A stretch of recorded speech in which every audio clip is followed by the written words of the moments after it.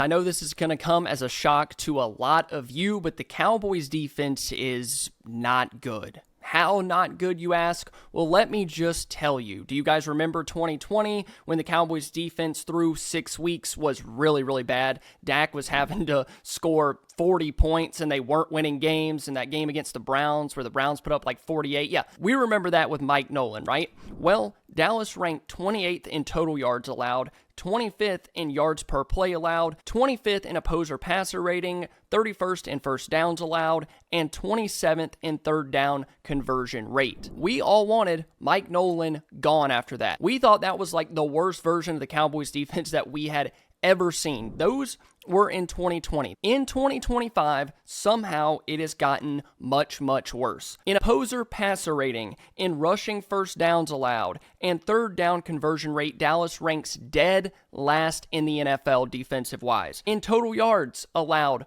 through the first 6 weeks, Dallas is dead last. And in yards per play allowed, they rank 30th. They are worse than the 2020 Cowboys defense. And as we all know, that didn't get much better throughout the season. Here on the Landry Hat, I wanted to discuss the Cowboys defense and what is really, really wrong with this unit, because I don't think it's just one thing. We like to point at one thing and be like, okay, that's the issue. If you change that, then you might have a chance to be a better team. Because that's the easy thing to do, right? You can point your finger at one guy like Matt Eberflus. And if you're new here to the Landry Hat, your first time watching a video, I am Zach. I also have my own channel, Double Move, but I'm here with FanSided and the Landry Hat making videos for them. Thank you to FanSided again for giving me this opportunity and allowing me to pretty much take over their Cowboys content and talk more football with all of you. And I wanted to talk about this article that the Landry Hat posted earlier this morning. You can go to thelandryhat.com and read a ton of Cowboys articles, what the Cowboys are doing, telling you, news, updates, all of that stuff. You can check it out at thelandryhat.com. But this one's focused on what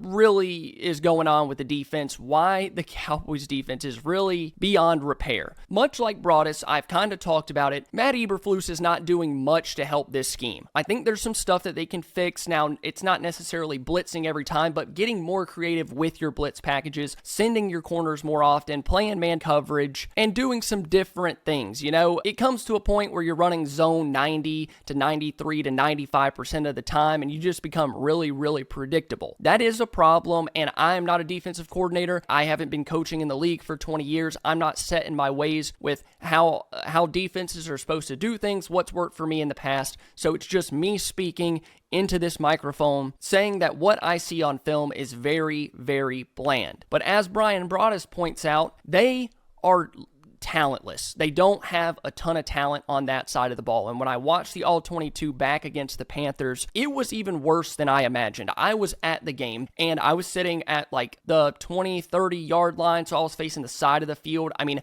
I couldn't see the blocking. I didn't get the All-22 version of sitting near the end zone, so I couldn't see. The blocking that Carolina put on your defense was insane. Their ability to reach block your defensive tackles, Kenny Clark getting double teamed, push 7, 8, 9, 10 yards off the ball, Jay Toia getting reached every single time, offensive linemen for the Panthers double teaming, climbing to the second level, getting their hands on Kenneth Murray and Maris Leafau. It was abysmal. In reality, when you watch that film, you're thinking in your mind, what can Eberflus really even do with that? He doesn't have a run-stuffing defensive tackle that can get up there, eat double teams, and keep those offensive linemen from climbing to the second level. There was a play that the guy you traded for in Kenny Clark in the Micah Parsons trade, who is supposed to help you run defense-wise, got lifted off the ground by a double team and thrown, no joke, 7, 8, 9 yards down the field. It was that bad across the board. Marshawn Kneeland is getting manhandled by a tight end 2 or tight end 3 and pushed 8, 9, 10 yards down the field. Your linebackers are not seeing the field very well, and when they are in their gap, they're having to take on 300-pound linemen that are getting 5, 6 yards down the field and making blocks on them. It's literally impossible at all levels. And that's what Brian Broadus talked about as well. He said, I think there are times they're not good enough as players. I think at times you have players that just aren't good enough, and that is the reality of it. If you look back at Eberflus's career, he has had good to average defense. This is going to be by far the worst that he's ever coached. I kind of see where that's coming from. Watching the film back and studying these things, like, you aren't good enough defensively, especially against the run, and then the communication in the passing game is even worse. I get that they do not have the talent to really do the things that Matt Eberflus wants to do, but on the other side of the same coin, at some point you got to realize that you can't do things the way that you always have done them. You have to be able to change and adapt. The NFL stands for not for long. Things don't stay the same. Trends change up. Offenses start doing different things. We're seeing some of that defensively throughout the league. Different trees and guys popping up that are doing different things. And Cowboys are stuck with a pretty basic zone coverage, cover 3, and then guys just not playing well. It's a really, really bad combination of all of those things. And you can look at the players and you can look at personnel usage, which is another problem I really have with Matt Eberflus. Like, Donovan Wilson cannot cover. Why they keep putting him back there in a deep safety look and making him cover wide receivers like Ted McMillan, who ran right past him. Donovan Wilson had one hand on the ground because he got his ankles broken so bad. And then there's been plays throughout the season where he's just getting lost in zone coverage, floating out of his zone, allowing quarterbacks to throw in behind him. Just easy touchdowns. PFF said that he has given up 5 so far this year, and I'm pretty sure it's like an 85% completion percentage when he's been targeted. Then you look at them putting Sam Williams on the field over and over, Marshawn Kneeland as well, when they're getting blocked out of the play or shooting lanes or trying to jump and cut through the line, allowing the running back to get 5, 6, 7 yards downfield because no one is filling that gap. James Houston, your best pass rusher, and honestly, the only guy I can think of that's really made a play in the run game for Dallas this year, James Houston, had 15 snaps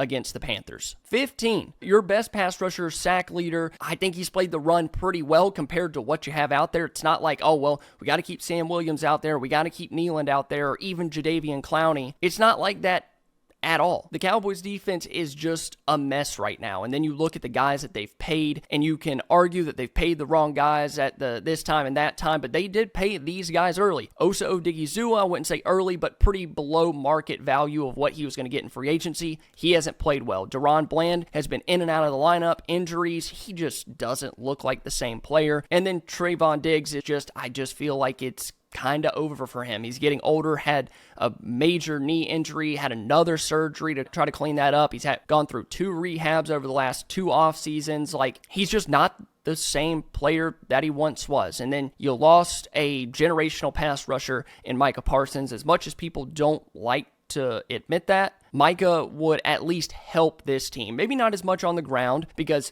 it's so bad that one guy is not fixing this. He definitely would have helped when teams got into 3rd and 8, 3rd and 9, 3rd and 10, and made other pass rushers and guys like James Houston across from him much, much better. It's rotten from the top down. It's completely cooked. I don't know if moving on from Eberflus would really change a whole lot when your defensive tackles are getting reach blocked or double teamed 5, 6 yards down the field. I think Rico Dowdle had like 95 of his 150 rushing yards before contact. That tells you that guys are getting pushed off the line of scrimmage. Dallas isn't controlling it, and you guys know. It's a mess, all right? This needs to be completely torn down and rebuilt through the draft. You need to get rid of some of those big contracts, move on from guys, let guys go in free agency, don't re-sign. Just like it says in this article, the return of DeMarvion Overshown, and then maybe Savon Ravel coming back, and then even 1 or 2 trades might just not be enough, because that's how bad the defensive personnel is. So you guys let me know down below in the comments, do you put more blame on Matt Eberflus, or do you put more blame on Jerry Jones and how they've constructed this team? Some people think, if everybody's playing bad, if there's not one bright spot, then it might be on the coaches, might be on the defensive coordinator. But then again,